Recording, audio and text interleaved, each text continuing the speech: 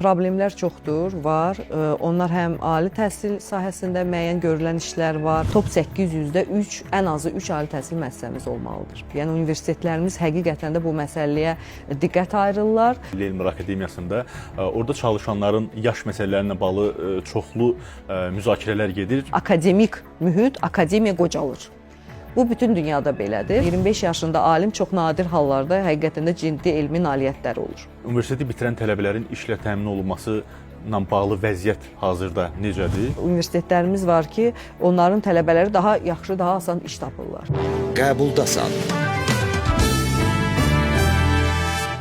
Yenə mühərrik sözə baxmır. Kardiomaqnil ilə mənim mühərrikim həmişə nəzarətdədir. Ürək mürəkkəb mexanizmdir və müntəzəm olaraq kardiomaqnil qəbulu onun sağlam qalmasına kömək edir. Kardiomaqnil ilə ürəyinizin sağlamlığı hər gün nəzarətdədir.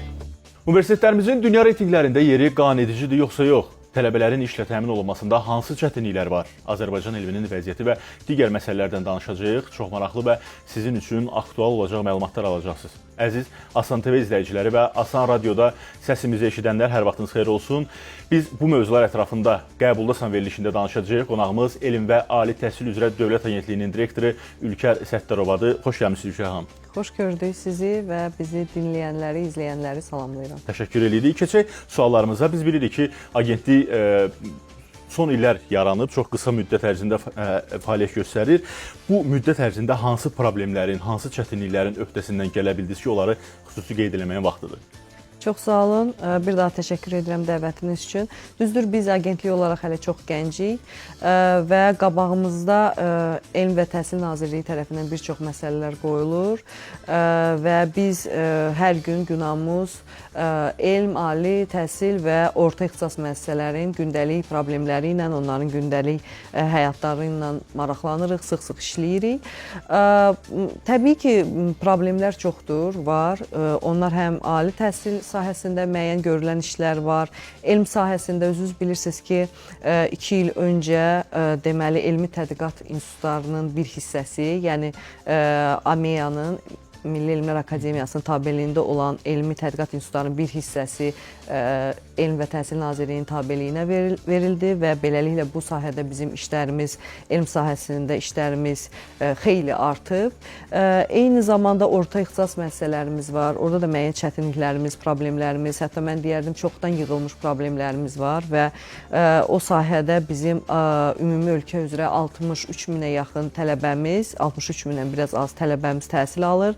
Onların 45 mindən artığı bizim tabeliyimizdə olan müəssisələrdə oxuyur. Ona görə o sahədə də çox vacib bir sahədir, böyük bir kütləni əhatə edir və orada belə deyək də biraz çoxdan həllini axtaran məsələlər var. O məsələlərlə hal-hazırda agentlik olaraq məşğul oluruq və bu qeyd etdiyim hər 3 tip müəssisə ilə sıx işləyirik və hər yerdə görülməli işlər çoxdur, hədəflərimiz çoxdur. Bizi dinləyənlər üçün, həm də izləyənlər üçün maraqlı olar ki, məsələn, dediyiniz məsələləri biraz detallı yanaşsaq, məsələn, hansı punktlarla nələr göstərə bilərik ki, biz bu problem var idi, bunun öhdəsindən gəldik və qarşıda duran hədəflərdə bunlardır ki, bunları çalışırıq ki, düzəldik. Onda icazənizlə mən birinci elm sahəsindən başlayayım. Bildiyiniz kimi bir neçə ay öncə Cənab Prezident elmi müəssisələrin optimallaşdırılmasına aid sərəncamı imzaladı.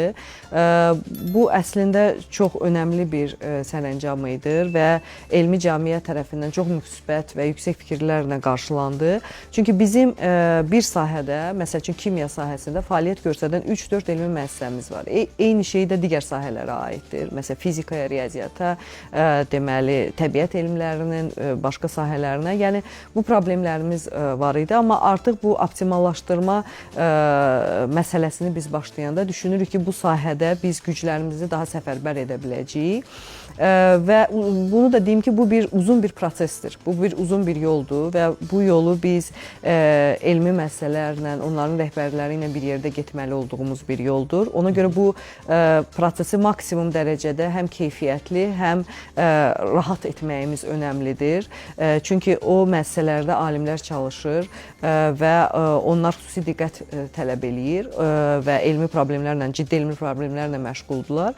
Ona görə bax, bu hal-hazırda qabağımızda duran məsələlərdən mən deyərdim ki, ən vaciblərindən biri maksimum bu prosesi prosesi sağlam etməkdir. Aydındır ki, bu yenə qeyd etdiyim kimi uzun bir yoldur. Ola bilər bu yol ərzində bizim səhvlərimiz də olsun, amma çalışmalıyıq ki, bu səhvləri minimuma yendirək. O ki, qaldı ali təhsil müəssisələrinə. Ali təhsil müəssisələrimizdə bir çox qabağımızda dövlətin qoyan hədəfləri var. Məsələn, bizim strategiyamızda yazılıb ki, top 800-də ən azı 3 ali təhsil müəssisəmiz olmalıdır. Və biz belə bir yolu seçmişik ki, belə deyək də, bu mədəniyyəti ali təhsil müəssisələrimizdə yaradaq ki, bu tək 1-2 müəssisəni əhatə eləməsin. Ümumiyyətlə bizim ali təhsil sistemimizdə göstəricilərimiz, reytinqdə olan mövqelərimiz gücləndirilsin. Yeri gəlmiş yenə soruşum ki, məsələn, bu dəqiqələrdə reytinq necədir? Yəni hazırda reytinq Biz son 2-3 ildir müsbət dinamikanı izləyirik və əlimizdə olan data, verilənlər onu göstərir ki, ümidliyik ki, bu ildə xoş müsbət dinamikanı izləməyə davam eləyəcəyik. Yeri gəlmişkən iyun ayının 19-unda elan olunacaqdır qlobal reytinqin nəticələri və biz bunu artıq rəsmi olaraq görəcəyik. Amma əlimizdə olan verilənlər, informasiyalar onu bizə imkan verir deməyə ki, çox müsbət, ciddi müsbət dinamikamız var. Bu da bizi çox sevindirir və onu görürük ki, artıq bizim universitetlərimizdə bu işlə məşğul olan çox gözəl səviyyəli komandalarımız formalaşıb. Yəni universitetlərimiz həqiqətən də bu məsələyə diqqət ayırırlar. Rəhbərindən tutmuş bütün akademik heyətə kimi və həqiqətən də bu sahədə kifayət qədər biliklərini artırıblar və bu istiqamətdə işləyirlər. Bu reytinqləri bilirsiz, çox adam deyir ki, reytinqlərin dalınca qaçmaq və s. Amma mən sizə onu deyim ki, reytinqlərin bu göstəricidir və onun meyarları həqiqətən də hər bir ali təhsil müəssisəsinin fəaliyyətini qiymətləndirən meyardır. Kifayət qədər obyektiv meyarlardır. Və ona görə biz də bundan ayaqlaşmalıyıq və onları nəzərə salmalıyıq. Mən hətta onu deyərdim ki, bizim universitetlərimizin hər birinin strategiyası, strateji planından əlavə olaraq hər bir illik planı da var və bizim universitetlərimiz öz illik fəaliyyət planında məhz reytinqə söykənərək ediblər onu və reytinqin meyarlarına əsas götürüblər. Bu da çox yaxşıdır. Yenə deyirəm, orada olan məsəl üçün hansı göstəricilərdir? Bir ikisini sayım, sizə də maraqlı olar. Məsələn, elmi fəaliyyət. Elmi fəaliyyətin təbii ki, hər bir ali təhsil müəssisəsində elmi fəaliyyətin güclü olması, o ali təhsil müəssisəsinin güclü olması deməkdir. Əcnəbi tələbələrin sayı, sonra əcnəbi müəllimlərin sayı, tələbə müəllim nisbəti. Bu həqiqətən də bütün dünyada elmi müəssisələrin obyektiv göstəriciləridir. Maraq olmalıdır ki, əcnəbilər maraq göstərisində. Yəni əgər burada kifayət qədər əcnəbi tələbə varsa, deməli beynəlmiləşmədə bu universitet çox güclüdür. Deməli digər ölkədə yaşayan vətəndaşlara maraqlıdır. Əgər burada yaxşı əcnəbi professor müəllim heyəti varsa, demək ki, orada verilən biliklər bir bucaqdan yox, müxtəlif bucaqlardan baxış olacaq. Yəni bu çox təbiidir. Bax, bu ali təhsil müəssisəsinə aid bu qədər deyim, vaxtı zamanı nəzərə alın. Ümumşah xanım, siz iyunun 19-da bu il üçün olan reytinq açıqlanacaq dediniz. Məsələn, yaxşı gəlin ən sonuncu reytinqdə vəziyyətimiz necə idi? Tutaq ki, hansı universitetlərimiz var idi o siyahıda və bu ildə gözləntimiz nədir? Burada iki cür yanaşma var. Bir yanaşma var bizim konkret hansısa universitetimizin konkret mövqeyi. İkinci yanaşma var ki, ümumiyyətlə bizim qlobal reytinqdə neçədən universitetimiz var. Yəni biz indiyə kimi baxsaq, əsasən bu Bakı Dövlət Universiteti idi, bizim qlobal reytinqlərdə olan universitetimiz. Vaxt aşırı bu UNEC, yəni İqtisad Universiteti və Azərbaycan Dövlət Neft və Sənaye Universiteti. İndi biz son bu dinamikadan görürük ki, qlobal reytinqlərdə təqdim olunmuş universitetlərimizin sayı ona yaxınlaşır. Bu özü-özlüyündə böyük bir nailiyyətdir. Üstəlik də ki, həmin o deməli reytinqlərdə universitetlərin mövqeyi məsələsi də yenə deyirəm, biz hələ ki bu rəsmi olunmamış nəsə demək düzgün deyil, amma əlimizdə olan təhlillər onu göstərir ki, müsbət dinamika gözlənilir. Aydındır, təşəkkür edirik. Amma orta ixtisas müəssisələrinə də toxunum. Sonuncu, bizim belə deyək də, kurasiyamızda məşğul olduğumuz müəssisələrə də toxunum. Bilirsiniz, bu müəssisələrdə kifayət qədər çoxlu açıq suallar var. İstər tədris prosesində. Çünki orada bir ixtisas fənləri var. Bir də ümum təhsil. Çünki bildiyiniz kimi 9-cu sinifdən də ora qəbul olunan adamlar var. Və bizim orada görürük ki, prosesi müşahidə edəndə görürük ki, orada həqiqətən də belə deyək də, sırf nazirlik olaraq ora diqqətimizi yönəltməyə böyük ehtiyacımız var. Hal-hazırda biz son bu il ərzində kifayət qədər orada yeniliklər var.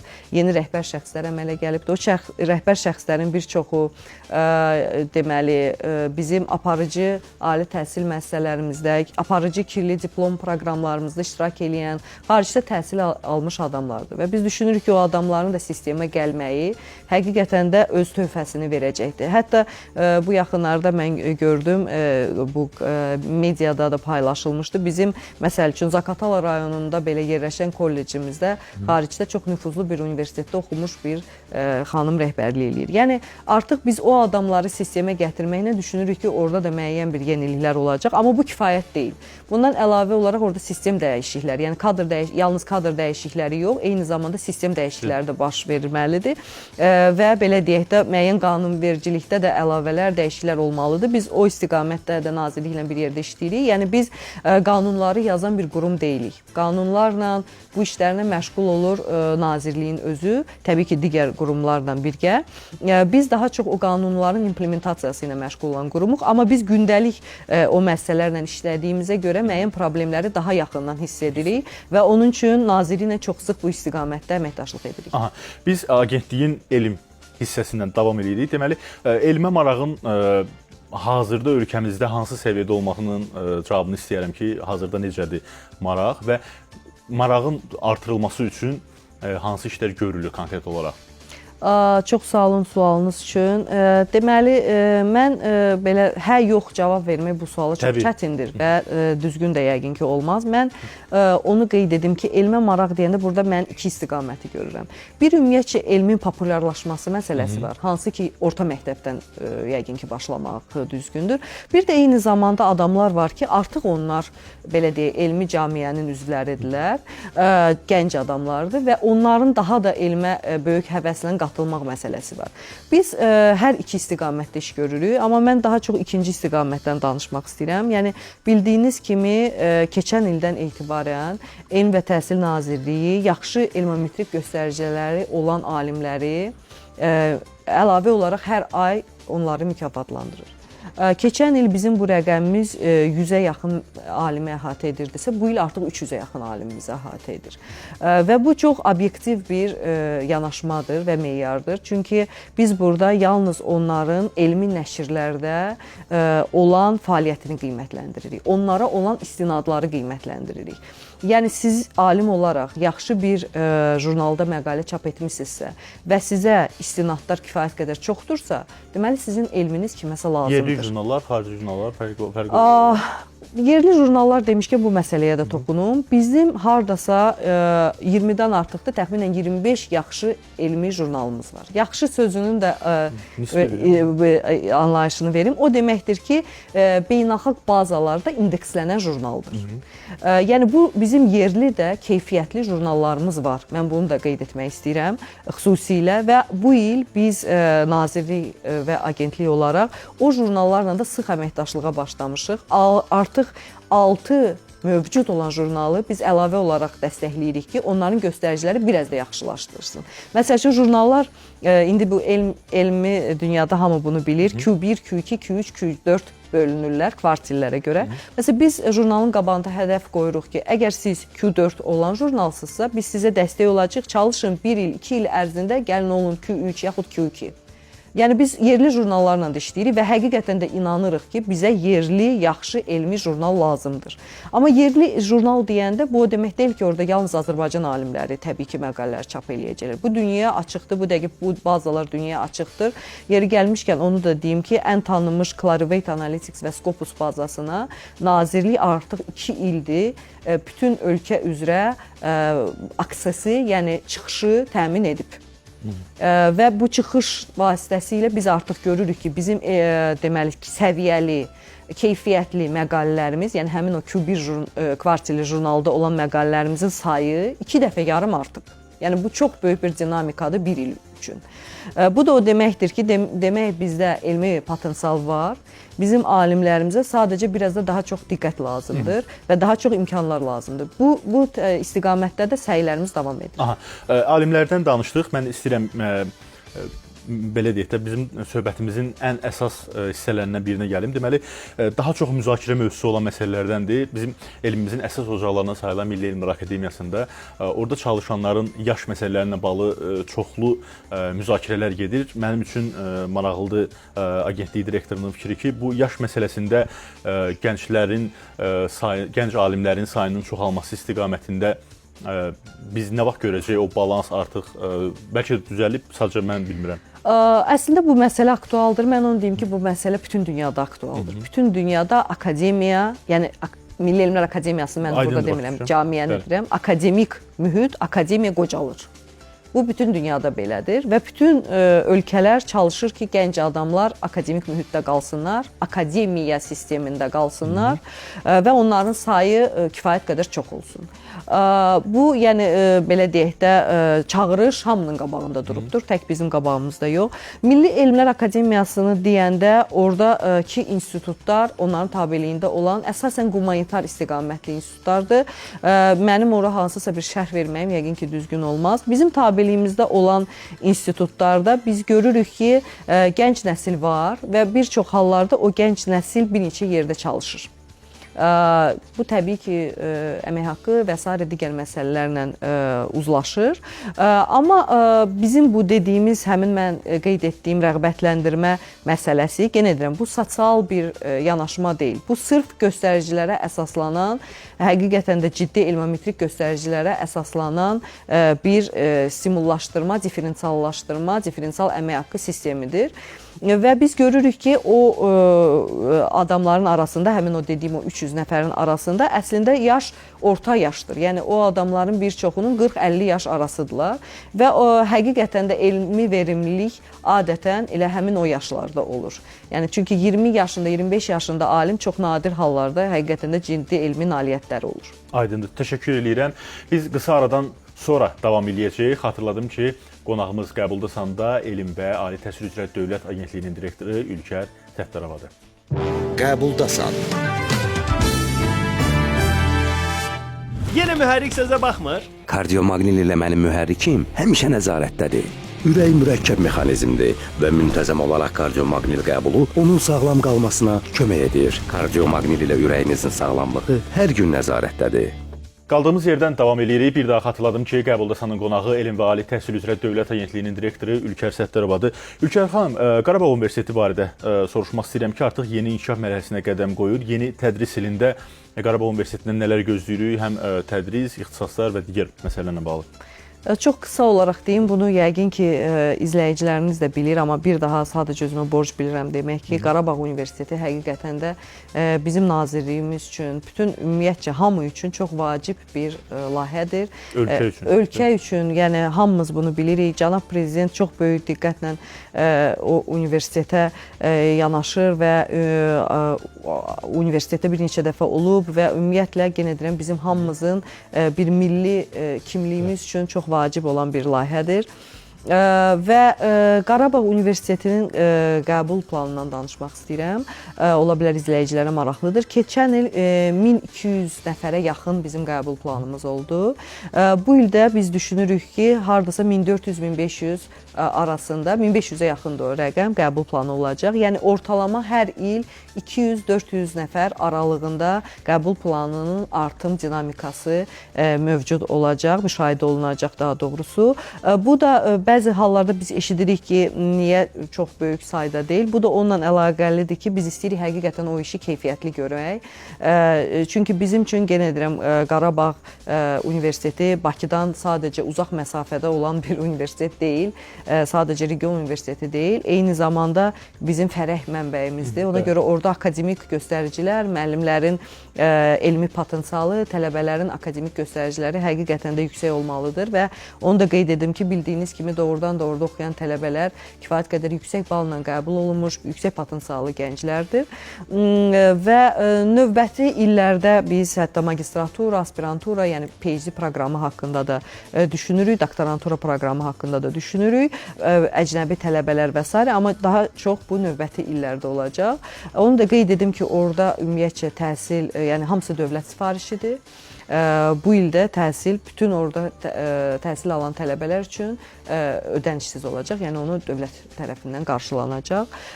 Və Qarabağ Universiteti ilə planlar, fikirlər çoxdur, ideyalar çoxdur. Qeyd etdiyim kimi Qarabağ Universitetini biz, yəni nazirimiz həqiqətən də gözəl bir, böyük bir elmi mərkəz kimi görürük və bunun üçün bütün səylər nazirliyin bütün komandaları tərəfindən, eyni zamanda bizim agentlik tərəfindən də görülür. Görülür, aydındır. Əcnəbi tələbələrdən danışdıq. Mən soruşmaq istəyirəm ki, əcnəbi tələbələrin bizim universitetlərimizdə təhsil alması üçün hansı işlər görülür? Yəni nələr təşviq olunur? Qısaca Zəhmət xanım. Qısaca olaraq deyim ki, əsasən tələbələrin cəlbi bütün dünyada universitetlərin işidir. Bu olaraq desək, universitetlər bu məsələdə həqiqətən də maraqlıdırlar. Qeyd etdiyim kimi öz göstəriciləri üçün, eyni zamanda əlavə vəsait üçün, çünki əcnəbi tələbələr xaricdən gəlir, ödənişləri daha yüksək olur təbii ki.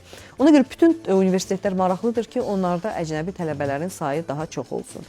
Eyni zamanda onlar özləri ilə müəyyən bir mədəniyyət də gətirirlər təbii ki. Bəs agentliklə dəstək verir?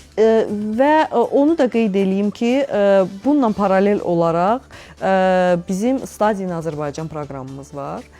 Bu birbaşa agentliyin proqramı deyil, amma agentlik bu proseslərdə bilavasitə iştirak eləyir.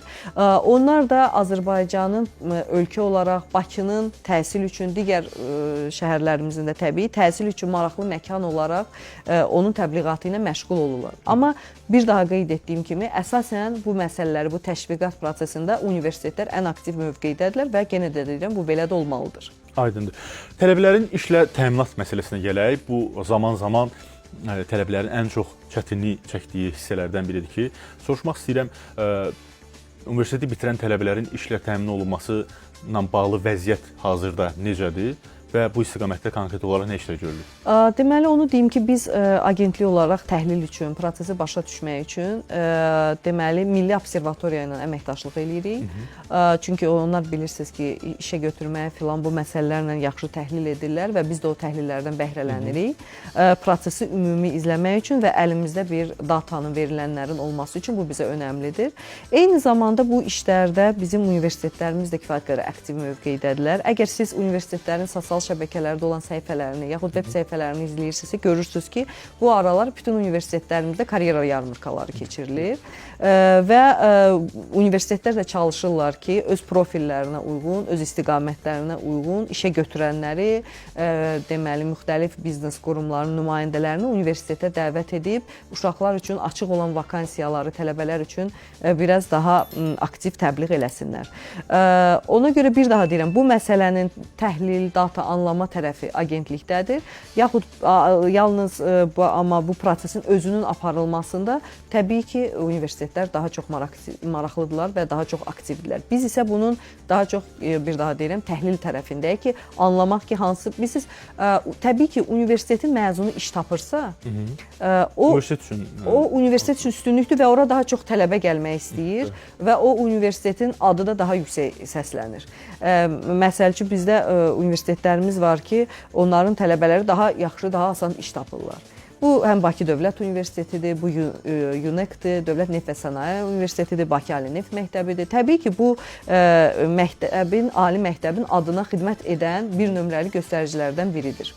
Eyni zamanda reytinq də belədir. Yəni tələbələr maraqlanırlar ki, universitetin yeri necədir. Amma mən sizə deyim ki, reytinq meyarı olaraq da elə tələbələrin işlə təmin olunması orada da bir meyar olaraq əsas var. Meyarlardan yəqin. Əsas meyarlardan biridir. Bayaq qeyd etdiyim kimi, əslində universitetlərin reytinq metodologiyalarına siz baxsaz, birincisi onlar yuxarı aşağı oxşardılar. İkincisi də ki, onlar həqiqətən universitetin bütün istiqamətlər üzrə fəaliyyətini qiymətləndirən göstəricilərdən ibarətdir. Ona görə bax bu məsələlər tələbələrin işlə təmin olması, asanlıqla iş tapmaqları, ADA Universiteti təbii ki, onların tələbələri çox asanlıqla iş tapırlar. Bu universitetin adına həqiqətən də müsbət təsir göstərən amillərdən biridir. Ülkə xanım, tələbələrdən danışığımızı davam elətdirək. Tələbələr ixtisas və universitetdəki dəyişmələrini etmək üçün hansı prosedurları izləməlidirlər ki, sonra çətinlik çəkməsinlər, vaxtında həll edə bilsinlər? Deməli, siz yəqin ki, sualınız tələbələrin yer dəyişmə məsələsindəndir. Bəli, bu transferdən söhbət gedir. Deməli, əslində tələbə ciddi formada tədris prosesində ixtisasını dəyişə bilməz. Tələbə universitetini dəyişə bilər. Orada da bir universitetdən o birisi universitetə keçmək istəyirsə daha doğrusu, əgər orada keçid balı onun qəbul olduğu və yığıldığı ildən aşağıdırsa, təbii ki, onun keçməyi mümkün olmayacaqdır. Çünki əgər mümkün olsaydı, elə əvvəlcədən həmin ali təhsil müəssisəsinə qəbul olardı. Çox vaxt biz bunun səbəblərini görürük. Məsələn, kimsə yaşayış yerini dəyişir, kimsə fikrini dəyişir, amma burada da yenə o qaydalara uyğun olmalıdır ki, biz bunu edək. Belə bir neçə çox sadə misal gətirim, çünki vətəndaşlar bizə baxır. Bir də görürsünüz ki, tutaq ki, kimsə 300 bal yığıbdı, amma deyir ki, yox, mən Bakı Dövlət Universitetinin hüququnda oxumaq istəyirəm. Təbii ki, bu mümkün olmayacaq. Çünki oranın giriş balı çox yüksəkdir və mən həmişə çalışıram vətəndaşlarla bu kimi mövzular olanda onlara da bu məsələni izah edeyim ki, hətta bu hansısa bir möcüzə ilə mümkün olsaydı da sizə orada oxumaq çox çətin olacaq. Çünki köçürülmək olar, amma o təhsilini davam etməlidir, kreditlərini toplamalıdır, qiymət almalıdır. Yəni bu prosesdə o çox ciddi problemlərlə rastlaşacaq. Çünki onun qrupunda təhsil alan adamların göstəriciləri ondan yüksəkdir təbii ki. Amma transfer prosesimiz hər il baş verir. Bunu da bu il də biz agentlik olaraq bunu edəcəyik universitetlərlə birgə. Universitetlərə kifayət qədər sərbəstlik verilir bu məsələlərdə, amma təbii ki, onlar da qaydalara söykənərək bunu etməlidirlər. Bizim burada funksiyamız yalnız belə deyək də nəzarət funksiyasıdır ki, bu mən dediyim kimi hallar olmasın, pozuntular olmasın ki, tədris prosesi normal, sağlam şəkildə davam etdirilsin. Təxminən bir aydan bir aya kimi bu transfer sistemi açılacaq və buna kimi tələbələr öz sənədlərini, qaydaları oxuyub hazırlamalıdırlar və müraciət eləməlidirlər. Transferə müraciət müddəti qısa olur. Bununla da bəzən bizim vətəndaşlar biraz şikayətlənir. Amma burada da demək istəyirəm ki, onlar bizi başa düşməlidirlər ki, biz bu prosesi həyata keçirməliyik. Daha sonra həmin universitet hardan çıxır, onu xaric etməlidir və yeni universitet onu qəbul eləməlidir. Və sentyabrın 15-i həmin adam auditoriyaya daxil olmalıdır. Ona görə orada istəsək belə də zaman çox qısadır və bu qısa zaman ərzində bu hazır olmalıdır. Ona görə tələbələri, valideynləri ona səsləyirəm ki, qaydalara baxsınlar və sənədlərini əvvəlcədən hazır etsinlər ki, transfer pəncərəsi açıq olan kimi hər şey indiki gündə elektron baş verir, elektron sənədlərini təqdim edirlər. Sənədləri hazır olsun ki, onlar elektron transkriptlərini filan hamısını universitetdən alsınlar ki, pəncərə açıq olan kimi müraciət etsinlər. Təşəkkür edirik Ülkə xanım. Biz artıq yekunlaşdırıq. Sadəcə ola bilər nəsə yaddan çıxdı və yaxud da nəyi qeyd etmədiniz, qeyd edə bilərsiniz. Ondan sonra biz artıq yekunlaşdıraq. Transfer məsələsinə bir dənə də əlavəm var ki, bizə xaricdən də müraciət edənlər olur ki, xarici hansısa ölkədə təhsil alır, amma yerli ali təhsil müəssisəsinə köçürülmək istəyir. Burada da qeyd etmək istəyirəm ki, əgər tələbə attestatla ora qəbul olubsa, bilirsiniz ki, bizdə attestatla qəbul yoxdur. Onda onun köçürülməsi mümkün olmayacaq. Yalnız o halda mümkün olur ki, o beynəlxalq imtahanları verərək, beynəlxalq sertifikatları əldə edərək həmin universitetə qəbul olub. O halda o transfer oluna bilər yerli təhsil müəssisələrinə. Bir də əlavə olaraq onu da qeyd edim ki, bizim əcnəbi tələbələr üçün bu il 2-ci ildir Heydər Əliyev təhsil qrantımız olacaqdır və 100 nəfər tələbəni bu əhatə edəcək. Əcnəbi tələbələrdən söhbət gedir. Onlar üçün bu təhsil haqqı, gəliş pulsuz olacaqdır və biz də çalışırıq ki, o 1-2 ölkədən olmasın, müxtəlif ölkələrdən olsun və eyni zamanda da həmin adamlar müxtəlif universitetlərdə təhsil alsınlar ki, öz ölkələrinə geri qaydanda və yeri gəlmişkən ən yaxşı tələbələri də seçməyə çalışırıq ki, onlar öz ölkələrinə qaydanda gələcəkdə karyerada da daha uğurlu olsunlar və Azərbaycandan xoş, müsbət təəssüratlarla ayrılıb bir növ Azərbaycanın təbliğatında və vətənimizi müsbət imecinə dəstək olan gənclərə çevrilsinlər. Təşəkkür edirəm Ülkə xanım. Kifayət qədər düşünürəm maraqlı, faydalı məlumatlar ötürə bildik. Bir daha təşəkkürlük gəldiyiniz üçün. Mən sizə təşəkkür edirəm. Çox sağ olun. Təşəkkür edirəm. Asan TV və Asan Radioda Qəbulda Sanın qonağı Elm və Ali Təhsil üzrə Dövlət Agentliyinin direktoru Ülkər Səttarova idi. Mən sizinlə növbəti görüşümüzə kimi sağollaşıram. Özünüzdən və sözünüzdən müğayət olun. Hələlik. Qəbuldasan. Yenə mühərrik sözə baxmır. Kardiomaqnil ilə mənim mühərrikim həmişə nəzarətdədir. Ürək mürəkkəb mexanizmdir və müntəzəm olaraq kardiomaqnil qəbulu onun sağlam qalmasına kömək edir. Kardiomaqnil ilə ürəyinizin sağlamlığı hər gün nəzarətdədir.